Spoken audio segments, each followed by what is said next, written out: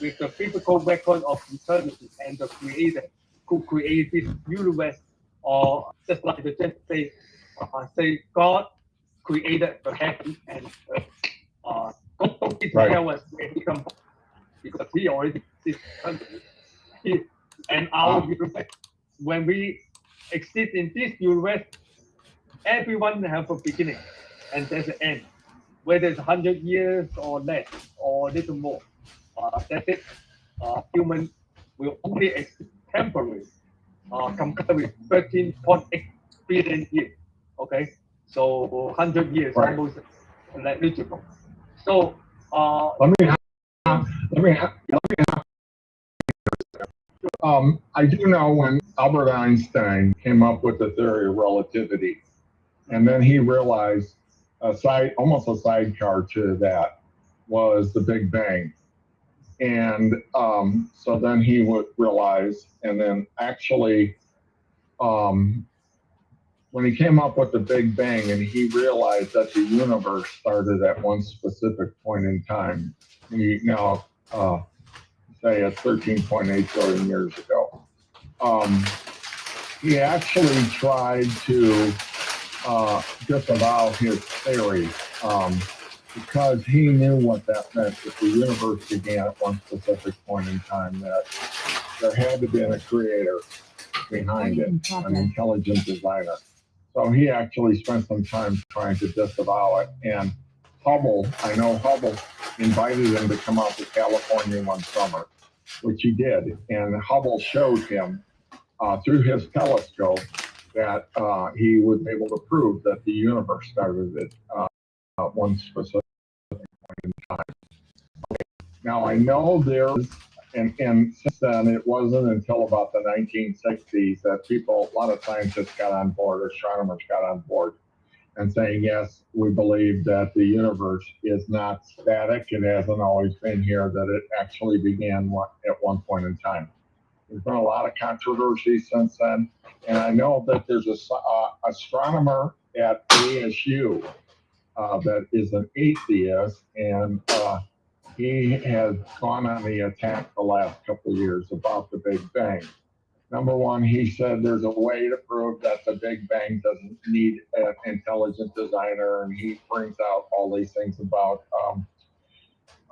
different scientific things, but none of that really makes sense. And I've heard other scientists jump in and say, that's not really all that correct. But he is the one that is really pushed the multi-universe. So if there was a multi-universe, then it doesn't necessarily mean that there was a God behind the universe that we believe in.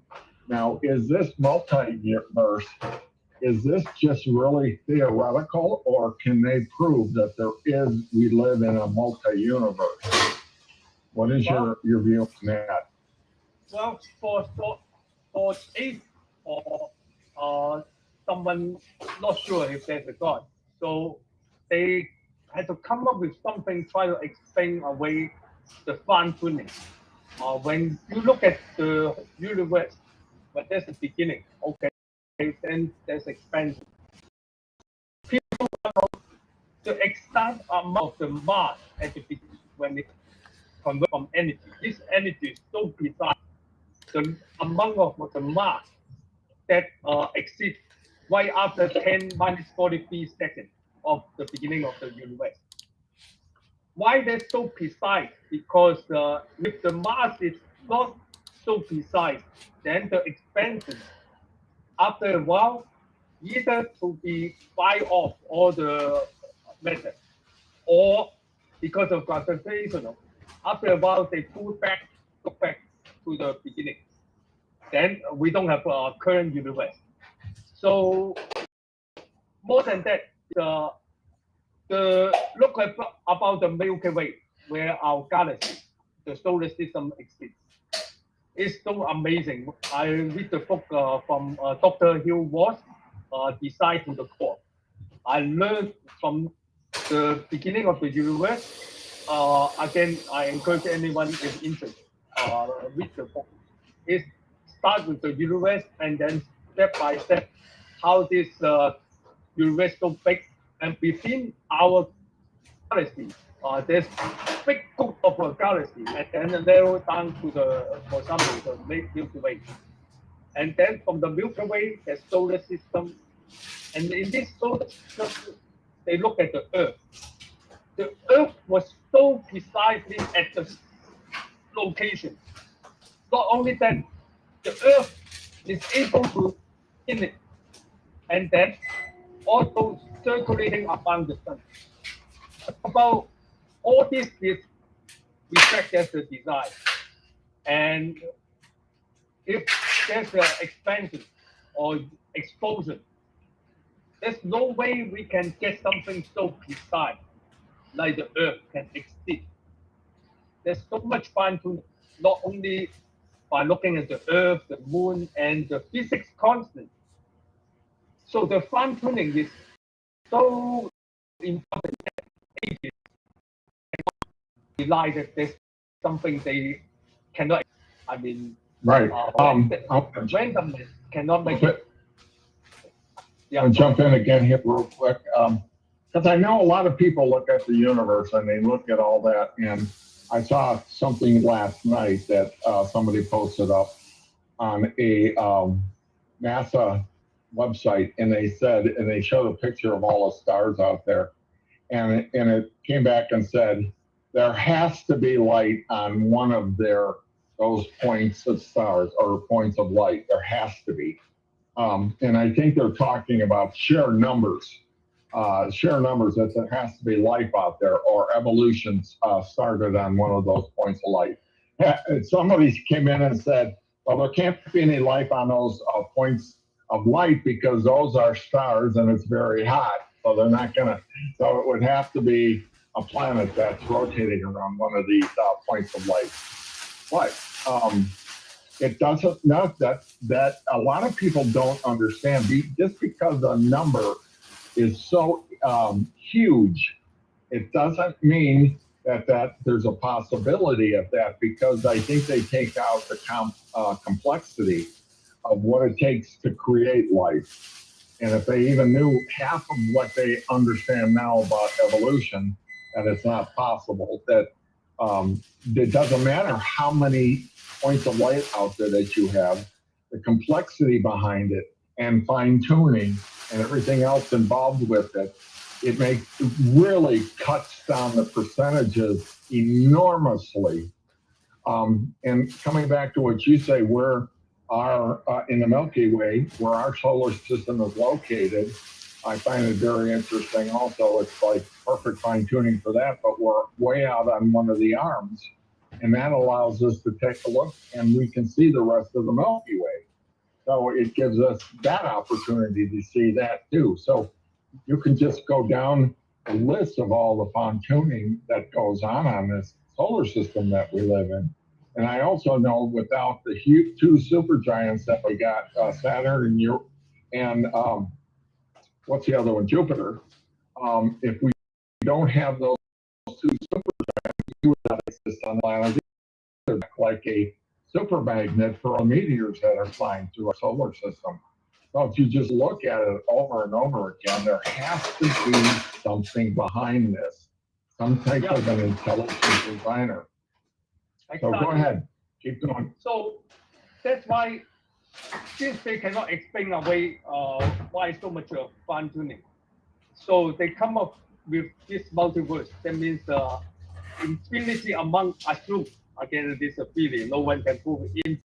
Infinity among of maybe out of this infinity, they can find something that look like solar system, and there's the Earth. Think about it, just the current universe, the solar system, and where we live, can so that we can exist. The chance, Dr. Hill was calculate the chance that we can live in this Earth is 1/10 to the power of 500. 1/10. It used to be 10 to the 50, but the latest, the more science, the more we find fine tuning happens. So they recalculate is the chance is 1/10 to the power of 500. That means 0.0000 all the way. Basically, it's almost impossible. Okay. Yeah. So that not only that, when they, just like you say, people look at the alien, whether there's a UFO, whether there's other planet in the whole universe. So far, starting from 1990, this again I read from the book. So from 30 years ago, scientists is waiting more than 3,500 a star look like our sun, and then look for the planet of those stars, and then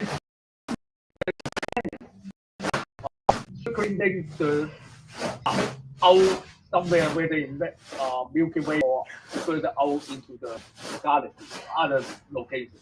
Okay, so they analyzed the 3,500.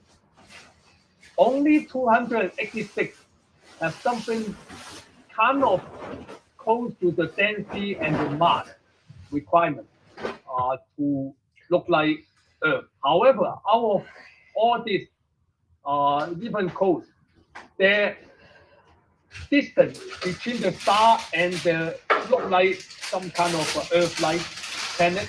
Actually, we don't know what's that. The distance is only 1/10 of the distance from Sun to our Earth.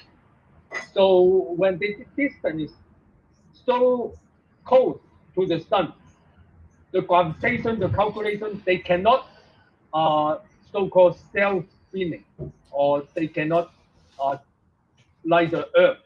We are circulating not only around the Sun but self-spinning.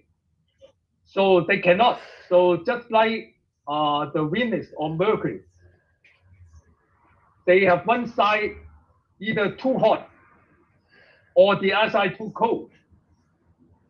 Right. There's no way there's an Earth can exist. So far, we as a scientist, we cannot say that's 100% impossible. There is no alien. Maybe there's some kind of micro life, but so far, out of 30 years, they don't find zero. That there's a planet look like the Earth and the Sun, because the distance is just right, and then the temperature is just right, and the moon just right, so that we have an ocean with all the tide, high tide and low tide, so that helps the microbiology to make the plant in the sea life, make it possible for sea animals to eat the plant. All this well decided, and couldn't find any planet out in the universe look like our Earth. So they may. So finally, all the scientists change their mood. They say our Earth is where our ARE where. So far, they don't find any Earth-like planet look Earth. And Right. if you don't have Right. some planet look like Earth, you cannot have any advanced life. Even you have a very simple life like a bacteria or virus. Maybe they can exist somewhere in the universe, but no way that you can find animal, not even a human being. So that's why the That's multiverse true. is come up, try to explain away fine tuning. That means infinity times 1/infinity. Maybe that's equal to a constant. But this infinity multiverse is no way we can prove. It's just a theory. And And I find it interesting with Darwin when he first came up with his theory of evolution. He said that life sprang out of the primordial ooze, and it was it was not complicated. It was not complex. And he said it was real basic. But to this day, there is no life that lives on our planet that is basic. everything down to the very molecule and everything is very complex all the way through. So that really kind of threw that whole thing out the window. And also, I find it very interesting that a lot of scientists or astronomers are saying, well, we found water. We found water on the moon of Jupiter, and we found planets out in the solar system and in the rest of the universe has got water. Water is not a big deal. Water is the most well-known element in the universe. So just because there's water out there doesn't mean that it's necessarily going to have any kind of life on it. That's why when they go to Mars and they're looking at all the canals and everything too, they're saying, well, there had to have been life there because there was water there. And somebody that really doesn't know about water doesn't mean there's going to be life. Because then it becomes very complicated at that point how life would even spring out of the water, out of that place. So let me ask you a question. If we did find life somewhere out in the universe, would that make Christianity all null and void? Definitely not, because God is all powerful. He created the universe, but he is not limited by our dimensions.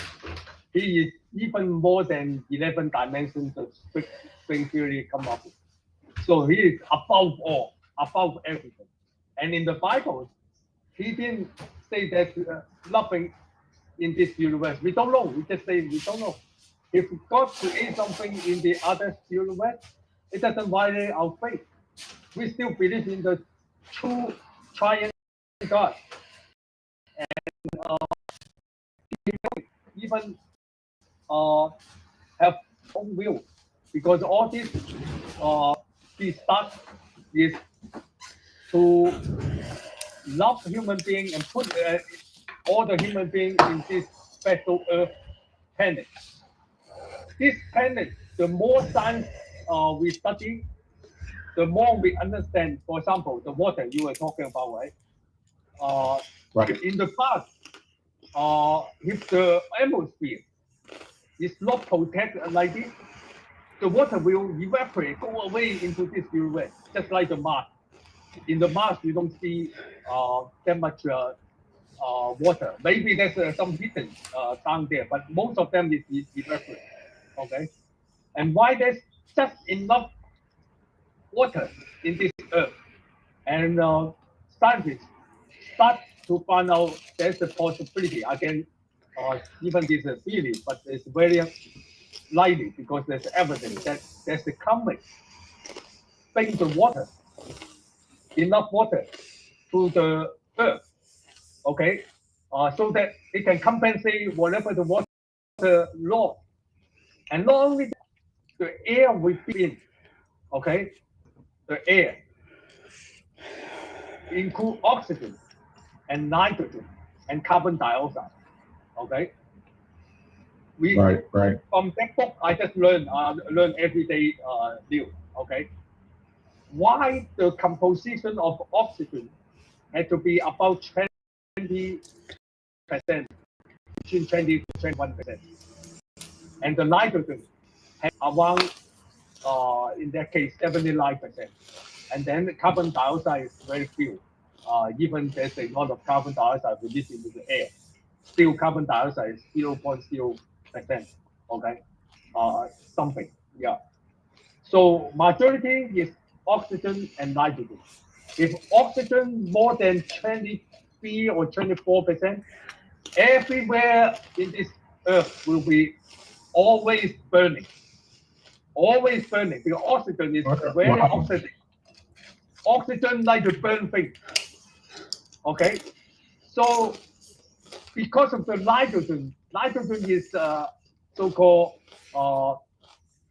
not active, not what you call that, inert. That means not easy to reactive with anything. So the nitrogen 79% just right to balance off the oxygen, so that won't be everywhere burning. Otherwise, you and me is already burned, right? Our home already burned. Well, that's interesting. That I have no idea. That's Exactly. interesting. Everybody, but why 21% people do experiment? Keep less than 16% if the oxygen. Then our stabilization is very limited because people cannot burn fire. If oxygen is too low, then we cannot have a rocket. We cannot start our car because if 15%, that's not enough oxygen. There's too much nitrogen. Okay, so you cannot. So it's very narrow. It's very narrow. The amount of oxygen. It's That's why. the. That's why, so that we human being can survive with breathing in the normal in the lung we have. If you don't have enough, 10%, you go to the mountain, whether it's Mount Everest or even very high, the oxygen is not enough. People, some people can die if they don't go to too high elevation. But since we are on this earth, the oxygen just right, so people can breathe normally. So we need to thank God to prepare so many good things. Oxygen, air we breathe is only one thing, and there's an ozone layer, and that's the ozone layer to protect us from the UV. There's the ABC of the UV light. One of them, I remember, is whether C or B. It's not good for human beings. It can kill you. But the ozone layer is protect us from this damaging UV light. Some of the UV light we need that, like the plant need the A that spectrum to grow. Okay, so the ozone layer protect us. We have a magnetic field inside the Earth. Okay, from the iron core. I learned that our Earth have a lot of iron. Who put it there? Without the iron, because our Earth is circulating. You know, when something circulating, it generates magnetic field. Okay, just like your electromagnetics, right? So when it turns, you can generate magnetic field, and this magnetic field is so important for our survival. The sun even is burning the radiation. I know Mars and Venus and Mercury do not have magnetic fields, and I don't know about the outer planets, but I don't think they have one either because they're not spinning like that. But I know every time the sun goes and does this super burst, you know, where it's spewing out stuff to the rest of the solar system, if it wasn't for that magnetic field, it would kill all of us off. Oh, so yeah, that has got to happen. Yeah, that's why. Yeah. So, and then not only that, the Earth was killed 22.5 degrees when they spinning. This angle is just right, so that we have summer, we have winter, we have autumn. Of course, the Phoenix is kind of hot, but this degree just right, so that we can have the right temperature. Think about the Mars. The Mars was still 90 degrees. When they kill 90 degrees, when they spinning, so that certain spot will be too hot or too cold. But the Earth is at 22.5 degrees tilt to the axis of rotation, just right. Everything is just right. Everything is fine tuning. God designed all this. So people try to come up with it. Yeah. One of the things that they were worried about when human beings go off into space, let's say they colonize the moon, they colonize Mars, they're going to have to deal with the fact that the sun is going to spew this out. How can they protect that? And one of the things I see now is that they're having to design buried in a cave outside of the mountain of Mars, inside of a mountain or a mountain range on the moon, because they have to be able to figure out how human beings can live through one of these things. And one of the big things is on their way to Mars, they're going to have to go through something, and when that their spaceship gets hit with that, how are they going to deal with that? So there's a lot of questions that are still unanswered. I know these robotic things can deal with that, but human beings, their human life cannot. So it's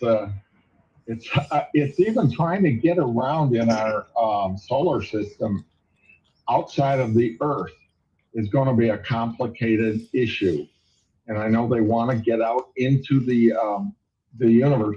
Here's a question for you, and I kind of have an answer to it, but why did God have to make so many stars? Why did he have to make the universe so big? Wasn't there a lot of waste involved in our universe? Yeah, there is so-called anthropical principle. That means when we look back in time, all the universe, whether from the beginning, why there's so many stars, trillion of them, is to prepare human being is able to live in this solar system, particular the Earth. Okay, so first, when we look using the telescope, look back in time from the beginning, look at about your human body. Human body have a lot of chemicals, whether it's carbon or calcium. Basically, the essential element in our human body is prepared. Do you know how we have like chemical? All the elements is more than 100 of them, 120, I forgot. Okay, but most of them are useful in the periodic table. Okay, all the chemicals. Why the Earth so rich a chemical? Because when it's starting, the universe there's only hydrogen, and then later the hydrogen fused together become helium. So majority of the element is hydrogen and helium. They form a gas, and then there's some lithium. Why there's a healthy metal? Because all this matter under gravitation, when even the universe is expanding, some of them still become the matter getting closer and closer. So they get squeezed in until the gravitation stuck them very dense form. And when the energy they cannot stand anymore, they become a supernova. During this expansion, because of the pressure so much from the gravitation, in this force create a healthy metal, whether it's iron or above. So the latest research from the spectrum of the sun, they found out again this theory, but with a strong evidence from the sun. We caught the history, how the sun come up.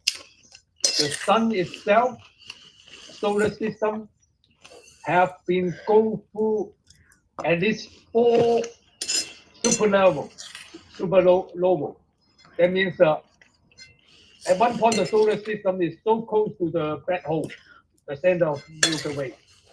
And then of course the Milky Way is come from somewhere in another galaxy group. Okay, so this is just an example.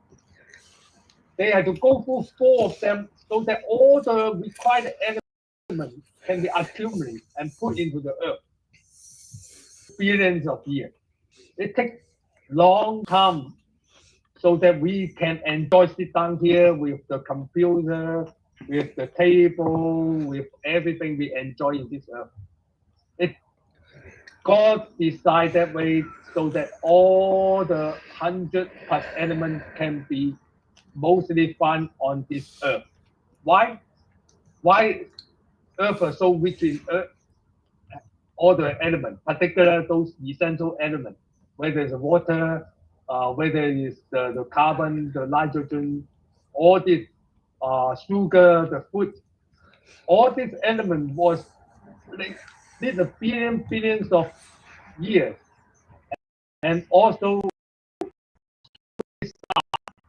God make them, and then eventually prepare a unique Milky Way that is different from all the other galaxies. Okay, and in what way is the Milky Way different from the other galaxies? yeah, I one of them, the closest galaxy in this because all the galaxies we look at, they find there is so many uh, the arms of our Milky Way is just very unique.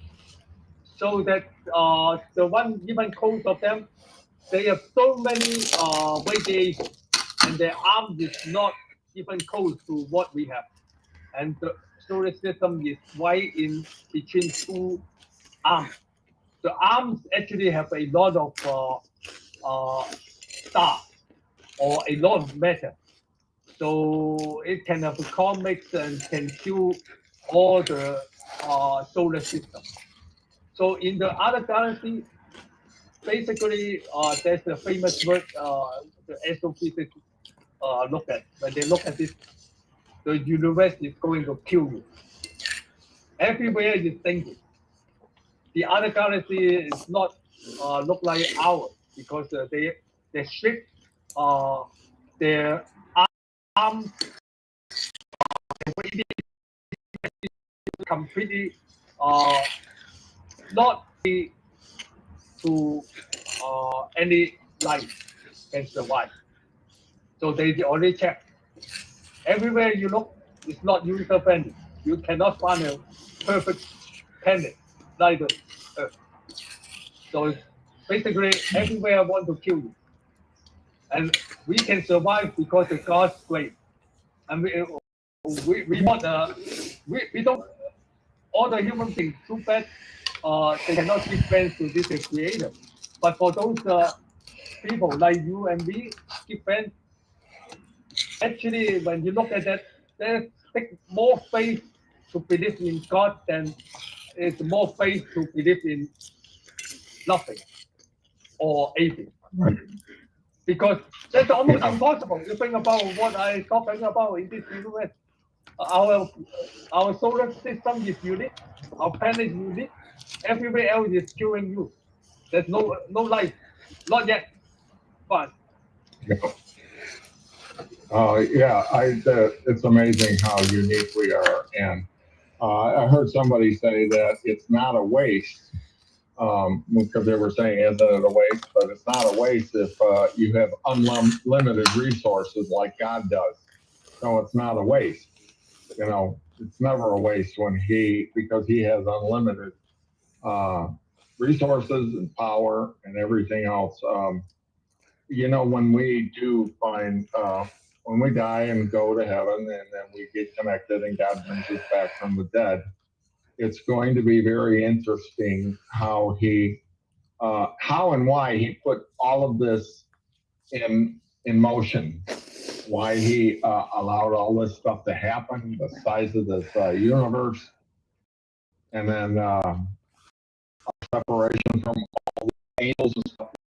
Like eternity is going to be really amazing too. All the stuff we'll be able to learn. Studying God is going to take an eternity because he is who is this? Who is this creature? Who is this entity? So it's going to be very interesting to find out all about him. If we ever do find all of it, but I know that the thought process behind all of this is so complicated, but it's not complicated to the creator. Oh, okay, did this, and it's no big deal. To us, it's like, how did you come up with that? How did that amazing thought process that occurred? It's amazing. Amazing. Well, in the Bible, it reveals a little bit to human beings that we understand. In Genesis chapter 1, verse 14, they say, and God said, let there be light in the firmament, just like the universe of heaven, to divide the day from the night, and let them be for signs and for seasons and for days and years. So the star give us the season and the sign. Okay. And let them be for light in the firmament of heaven to give light upon the earth. And it was so. God put this not only through the time, 13.8 billion to prepare the Milky Way and the solar system, but also use the star to help us when we look at it. If you go up to Vesta or Sedona or Pascal, where there's less light pollution, wow, you see, particularly Milky Way. I was in the north side of Grand Canyon. It was dark enough. I can see the Milky Way in my eye. It was just magnetic. And think about the Milky Way is only one galaxy, and there's a trillion of galaxies. Wow, that's amazing. God is so powerful. And then he also say in a song, chapter 2, when I consider your heaven, the work of your finger, the moon and the star, see, which you has ordained or you set it in place. What is man? That you are mindful of him, and the Son of Man that you visit him. Song already tell us. He set it in the heaven, and particularly the moon and the star is important. Okay, just like you say, uh, the Saturn, Saturn and the Jupiter. I learned from the class, the book club from Hill Ross, that this tool is so important to shield us not only from uh, the comets, but also stabilize our orbit. Uh, if they are in the wrong combination of the number of circulating the sun, it can destabilize our Earth, and our Earth will be ejected out. But because of the special arrangement and the moon, without the moon, our Earth will eject out. Because of this special combination, our Earth is stable enough so that we can sit here. We don't feel we are rotating because God makes us very stable. He set this Earth in nothing. Actually, Isaiah or Job is already talked about. He put this Earth in the space or above nothing. Job was written more than 2,000 years ago. It's already predicted the Earth was suspended in nothing. Think about it. Only God can reveal in the Bible. Now we confirm that the Earth was suspended in the space, basically nothing. But the Bible already tells us. Okay, let me finish this major theme of multiverse. That because God is eternal and above of the space, time, and all things in it, only He can start, design, and fine-tune our current universe to support human being, you and me. human life on Earth. Instead of the multiverse theory was meant to replace God, it actually points to a creator who started the universe. Therefore, we can see the harmony between the book of nature and the book of scripture if we can interpret them accurately. The biblical God is no longer a science fiction, whereas some people try to replace God with philosophy and unproven science, including the randomness, unguided forces, and infinite universe. The proven record of Jesus Christ in history and his impact on human civilization are tremendous and can be verified. Jesus Christ's teaching and related description about his dual nature of both God and man should give anyone a second thought to the concept of no God or no creator of this universe. Let's look at some of the amazing Bible words written about 2,000 years ago, showing God in Christ is above all things, including the universe which He created in the beginning. The Bible describes heaven where God dwells is like another universe with different time and space. Okay. First, I read John chapter 3, 31 and 33. The more I read the Bible, the more I rethink about this verse. I can see that some kind of meaning can be come out from this biblical verse. Okay. The one, Jesus Christ, who come from above, is above all. The one who is from the earth belongs to the earth and speaks as one from the earth. We human beings from this earth. Okay, we belong to the earth. Even our skin, our tissue, our organs, all make up of the component from the earth. And we speak, we are limited by time and space, but Jesus Christ come from above. Above, that means above this universe, above this earth, above this sky. Not only that, there's no limit. They say above all the universe, above all. The one who comes from heaven is above all. It repeat again. The Bible, when it repeats, that means very important. Okay? That means when he is above all, God is Jesus Christ from above and he is from heaven. He testified to what he has seen and heard, but no one accepts his testimony. Just like right now, a lot of atheists or some scientists don't believe in God. They don't want to accept his testimony. Testimony is in the Bible, in history. Jesus Christ is a real person. He's not something fiction, something that people make up history, historian, verify definitely that is Jesus Christ. History change. For the one whom God has sent speaks the word of God. For God gives the spirit without limit. Okay. So let me read two more Bible words, then pretty much summary of today's discussion. For of Go him, right ahead. Jesus Christ, and through him and to him are all things. To him be glory forever. Amen. Well, 36. That means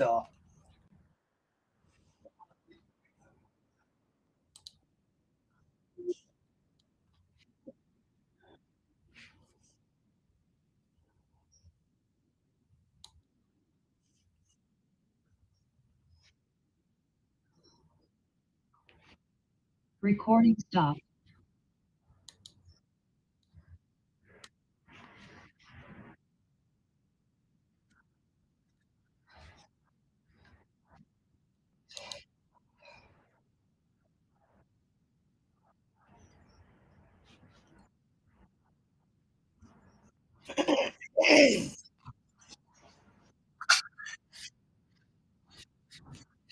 Kurt.